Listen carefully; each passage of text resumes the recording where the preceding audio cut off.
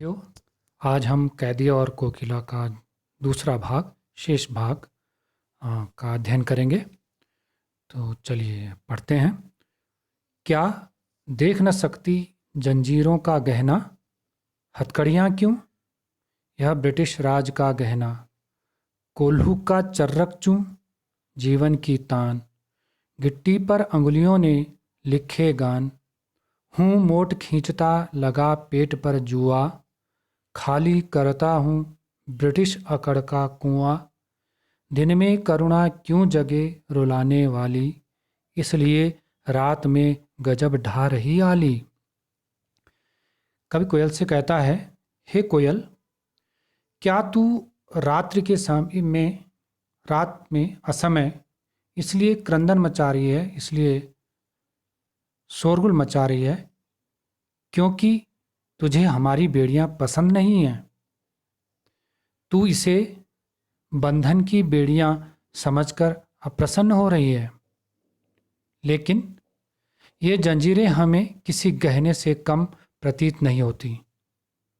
और ये जो हथकड़ियां हमने पहन रखी हैं, ये तो अंग्रेजी राज द्वारा हमें दिया गया उपहार है, जो गहनों के रूप में हमारे हाथों में सजी हुई, हमारे शरीर पर और हमारे हाथों में सजी हुई हैं।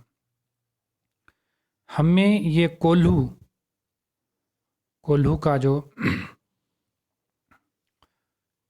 कोल्हू का चर्रक चूं, जो कोल्हू के चलने की जो आवाज़ है, कोल्हू चलने की, चर्रक चूं का मतलब जो कोल्हू के चलने की आवाज़ है, इसमें हमें कोल्हू को खींचते हुए, उसका जो चरसा है उसे खींचते हुए हमें ये जो चर्रक चूं की जो ध्वनि आती है, उसमें जीवन की तान, उसमें जीवन का संगीत सुनाई पड़ता है। यह जीवन संगीत ही हमें देश के प्रति समर्पित होने की प्रेरणा देता है। गिट्टी पर अंगुलियों ने लिखे गान, हम अपने मजबूत हाथों से जब पत्थर तोड़ते हैं तो ऐसा लगता है कि हमारी अंगुलियों में पत्थर के हम हमारी उंगलियां पत्थर के इन टुकड़ों पर स्वतंत्रता संग्राम का नया गीत रच रहे हों। कवि कहता है कि जब मैं मोट लगाकर, यानी पेट पर कोल्हू का जुआ लगाकर कोल्हू का चरसा खींचता हूँ। चरसा होता है चमड़े का एक जो बैग होता है जिससे पानी निकाला जाता है, तो ऐसा लगता है कि जैसे खाली करता हूँ ब्रिटिश अकड़ का कुआं। ऐसा लगता है कि जैसे अंग्रेजी शासन की अकड़ का या घमंड का कुआं लगातार खाली करता जा रहा हूँ। इससे मेरे अंदर उत्साह का नया संचार होता है, अर्थात अंग्रेजी सरकार द्वारा, अंग्रेज़ों द्वारा दी जाने वाली जो यातनाएं हैं, जो प्रताड़नाएं हैं, जो कष्ट हैं, हमें जीवन में अंग्रेज़ों के विरुद्ध संघर्ष करने की प्रेरणा दे रहे हैं। दिन में करुणा क्यों जगे रुलाने वाली, इसलिए रात में गजब ढा रही आली। कवि कहता है, हे कोयल, अब मुझे समझ में आया कि तू क्यों रात में अपना मधुर स्वर हमें सुनाने आई है। तू जानती है कि दिन का समय घोर यातना, संघर्ष और परिश्रम का समय होता है। उस समय न तो मधुर आवाज का कोई अर्थ है, न करुणा का। उस समय तो असीम साहस की आवश्यकता होती है। इसलिए तू रात में दिन के परिश्रम से उभर आए घावों पर मरहम लगाने आई है।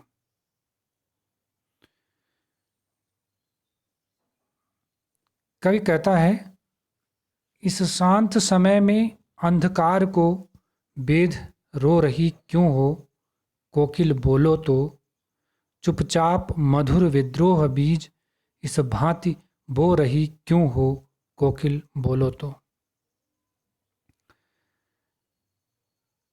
कवि कहता है कि हे कोयल, इस अंधकारमय एवं शांत वातावरण में तुम क्यों विलाप कर रही हो, तुम क्यों रो रही हो। यह अंधकार को चीर करके जो तुम्हारी ध्वनि है, जो अंधकार को चीर रही है, तुम्हारा जो क्रंदन है, तो तुम रो क्यों रही हो।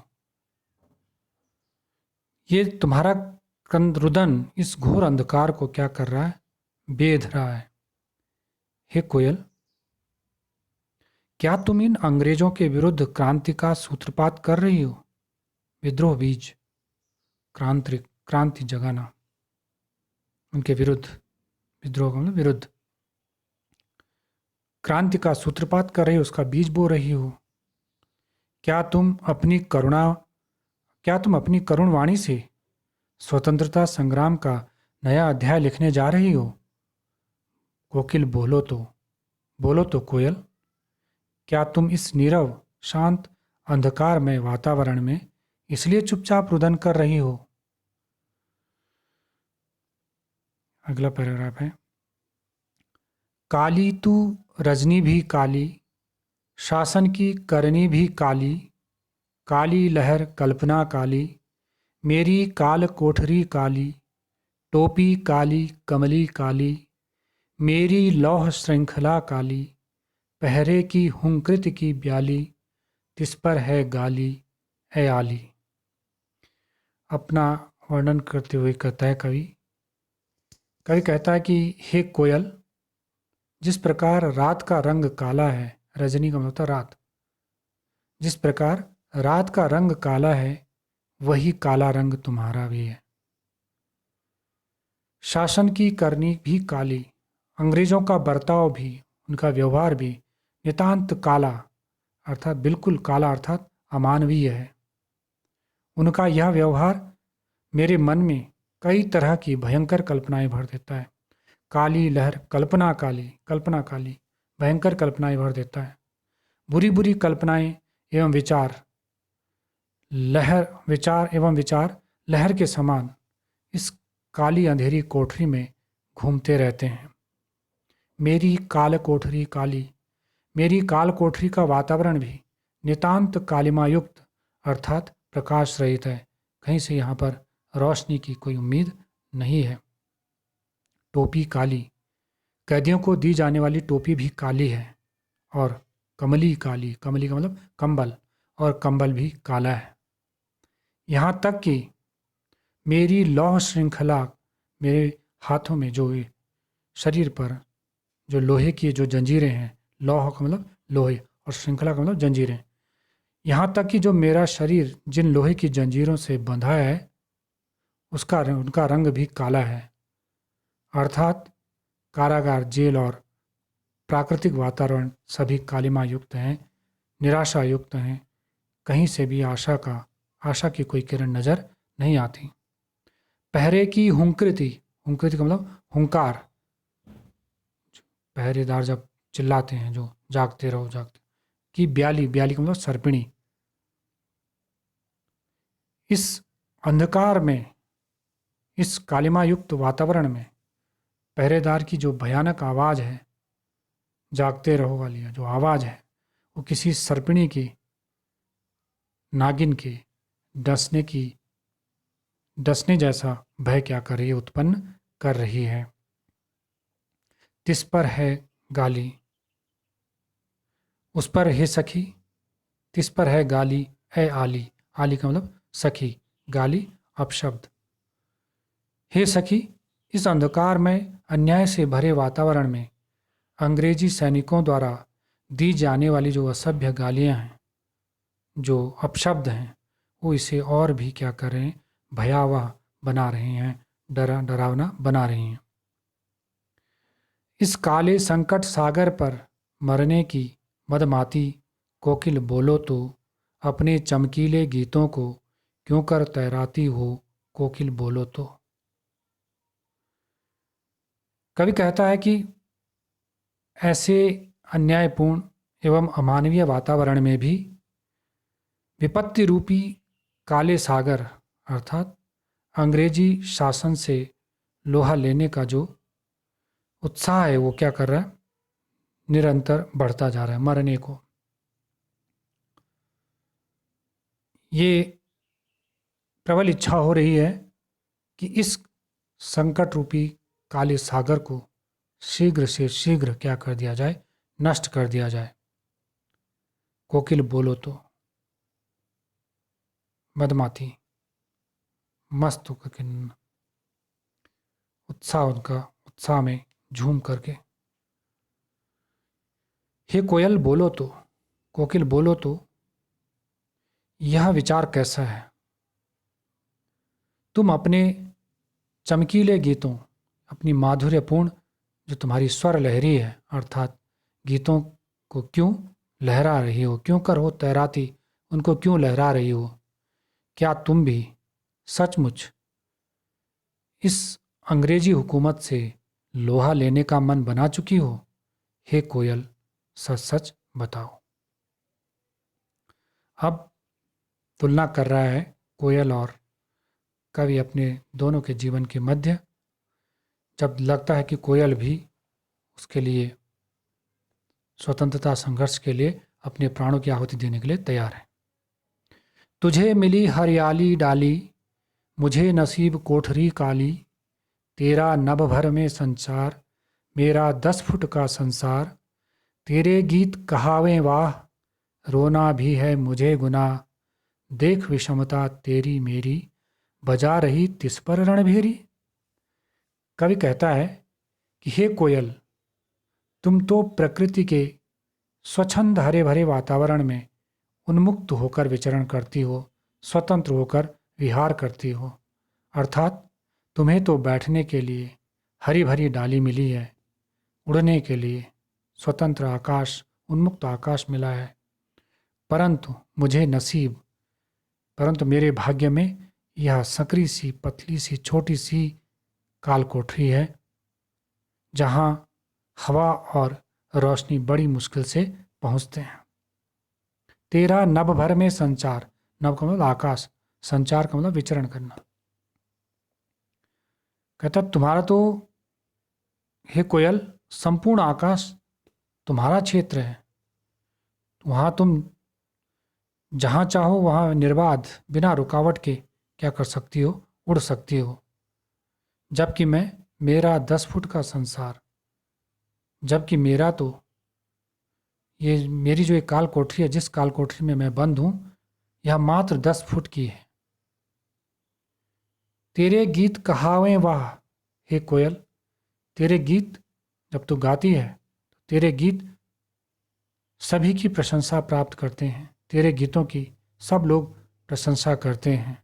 रोना भी है मुझे गुनाह, लेकिन यदि मैं अपनी दुर्दशा पर रोना चाहूँ तो यह भी अपराध की श्रेणी में गिना जाएगा, यह भी मेरा गुनाह माना जाएगा।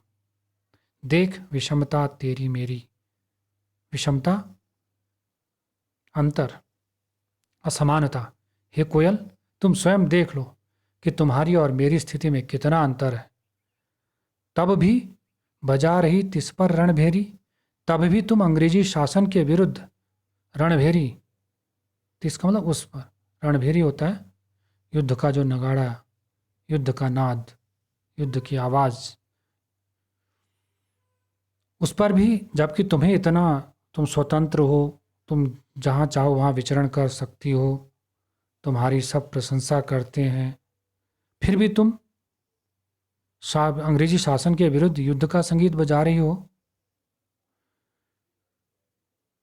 इस हुंकृति पर यह बताओ, हुंकृति होता हुंकार, गर्जना। हे कोयल, यह तो बताओ तुम्हारी इस हुंकृति पर अपनी कृति से और कहो क्या कर दूं। कोकिल बोलो तो, मोहन के व्रत पर प्राणों का आसव किसमें भर दूं। कोकिल बोलो तो, कभी कह रहा है हे कोयल, यह तो बताओ कि तुम्हारी इस हुंकार पर मैं क्या कर सकता हूँ। जो तुम्हारी ये युद्ध की जो ललकार है, इस युद्ध की ललकार पर मैं कैसे तुम्हारी सहायता कर सकता हूँ। इस काल कोठरी में रहकर, कृति कृति मतलब रचना, जो रचनाएं हैं, कविताओं की जो रचना की है कवि ने, इस काल कोठरी में रहकर मैं अपनी रचनाओं, कविताओं के द्वारा ऐसा और क्या विशेष कर सकूं, और कहो क्या कर दूं, और क्या मैं विशेष करूं कि जिससे स्वतंत्रता संघर्ष की अग्नि और अधिक क्या हो उठे, भड़क उठे, धधक उठे।